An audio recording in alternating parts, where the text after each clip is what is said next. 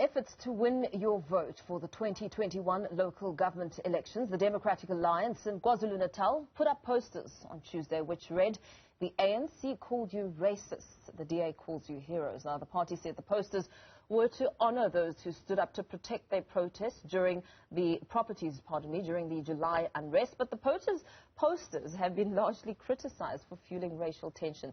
To unpack some of the concerns around these posters, we're joined now by political analyst, Professor Seepe. Professor Seepe, thank you so much for joining us on the show. Some concerns have been raised. The DA accused of fueling racial tensions in the messaging of their posters. What do you make of this scenario? Well, we should be at least be straightforward on this matter. The very poster sows racial division. When you start calling other people racist, what you do, you are beginning to bring the element of race into the picture. But what you see here is what you may call politics of desperation. You have a party that is willing to exploit what is a tragedy for political gain, and that is unfortunate. But part of the problem has also been the fact that we ourselves have tried to underplay the Phoenix massacre, because what it did, it also brought in an element of failure by the ruling party in terms of its control of the state apparatus.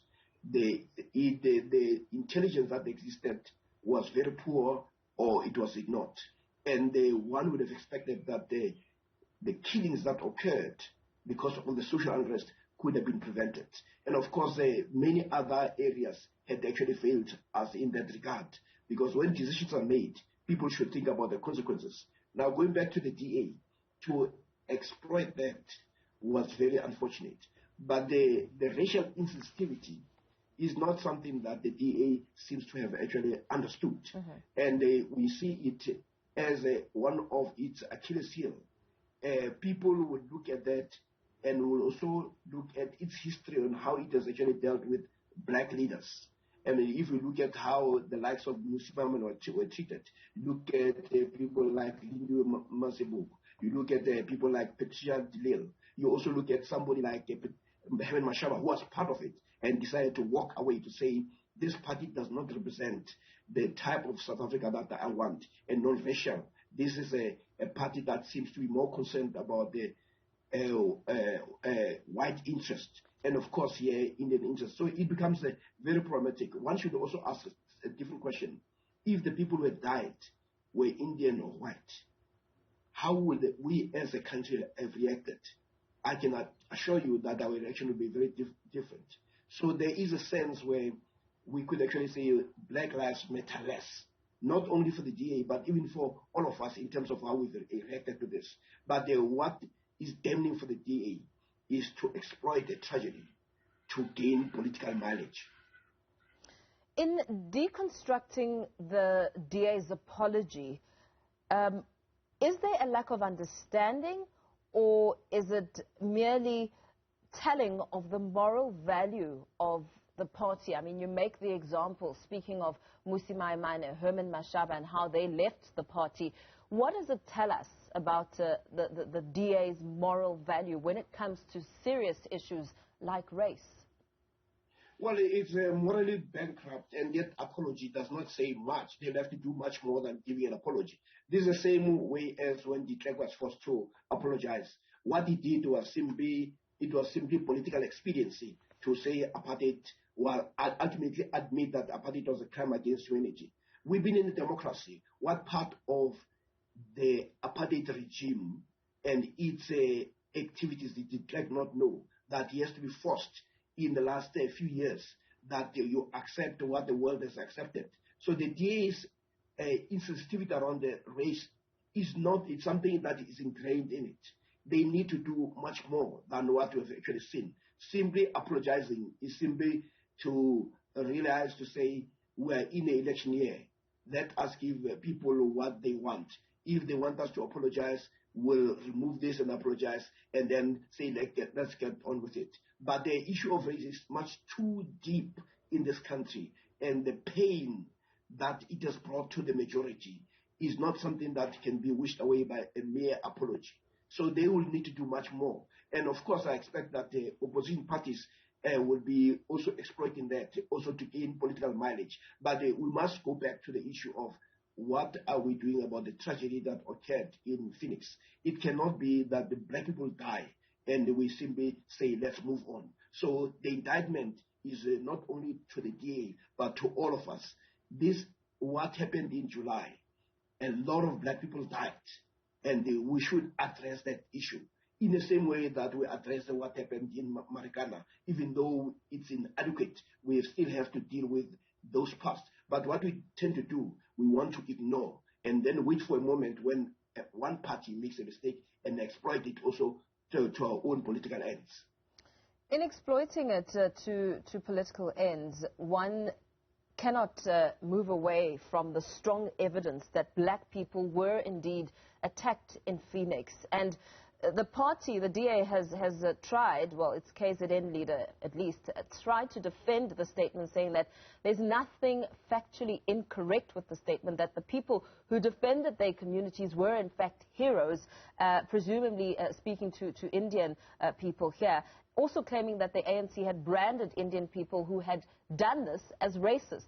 In trying to just really understand the statement and how it's sparked so much pain and leaving the DA to be accused of sowing divisions at this time, what is it that one should be aware of when it comes to trying to deconstruct the essence of that statement and how it's led us to this point?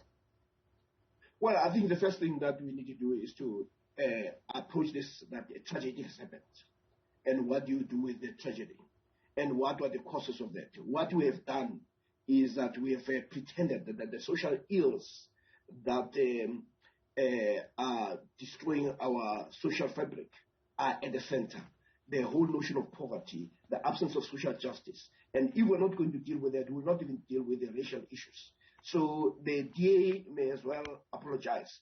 But we must also say, why have we been silent as a people around the loss of black lives? And it's not only in Phoenix, it was throughout the country. When you have over 300 people dying, and we make it as if it's business as usual, we come up with the idea that it was an insurrection, when in fact we know what the issues are, then we are also guilty. So I do think that the Phoenix matter should spark a conversation that is honest, that is not about the political point scoring. And that way we would be saying to the people who have lost their fathers, their mothers, their cousins, their sisters and brothers, we say your life matter. But if we're going to simply be exploiting politically, we'll also be undermining those very people. What does this now tell us about the DA's election strategy? Because it's not the first time that the party has deliberately used provocative, wording in their campaigns. I mean, you'll recall that in 2016 they claimed that to honor Mandela's vision or legacy was to vote for the DA. Yeah, no, I think they don't seem to have a clear sense of how to deal with the race issues. And that's why now and then the strategy boomerang. Remember, in the past, they also had what you call fight back. Mm-hmm. And when you are faced with the conditions of oppression and you faced with the legacy of apartheid, the ANC was able to exploit that to say fight back what? Because at that time, the ANC was concerned about dealing with pushing back the frontiers of poverty. It was concerned about providing electricity to people who never had it. So it was too early, but they ran with the idea of fight back, and it boomeranged, because when you come up with a slogan, you must make sure that the legacy and the reality of South Africa and the injustices of the past, you factor that so that you do not end up being seen to be a defender or somebody who wants to perpetuate that which we are trying to address. At the moment, South Africa remains a country of two nations.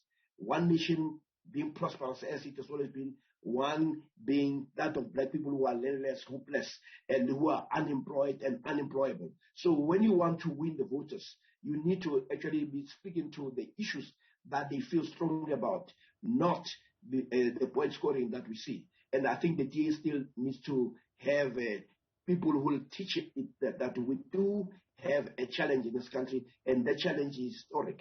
And at the center of that is the issue of social justice. Black people are not poor because they chose to be poor. The poverty was socially engineered by apartheid, and many of the members of the DA are beneficiaries of that system. So when you enter that, you must enter the politics with a sense of humility, not arrogance. Is the ANC completely blameless in this Phoenix situation here? Because some of its senior members appear to have made racist comments about Indian people. No, I don't think they are blameless. From the perspective of them being a ruling party, there is a sustained failure at the institutional level. The police intelligence, the other intelligences that we have in this country had failed us. But there's also been the arrogance of people who are saying, forget about somebody like Jacob Zuma. You can do as you please, and not understand that the people in this country have a sense of what justice is. They don't need a court to tell them what justice is. The court can pontificate about the rule of law. But even under apartheid, even under slavery, those were underpinned by what they call the law. So what people want in this country is justice. And even the court should have factored that. It is not, we must also link the social unrest to the decisions that the court were also making. So the court here is not blameless, the ANC government is not blameless, and we as black people for not making this a talking issue to say how do we move so that the next time we do not have such loss of life. We are all guilty, but the ANC cannot start there and stand on a pedestal and pretend that it is blameless. We have a challenge in this country, and the challenge is truth-telling and also acknowledging that the people died. And that reminds us of the pains of the past. And they died because they were poor. They died because there's an absence of justice, social justice in this country. So those are the type of conversations that we need as a people. Thank you so much for that analysis, political analyst Professor Sipho weighing in there on the Phoenix posters controversy.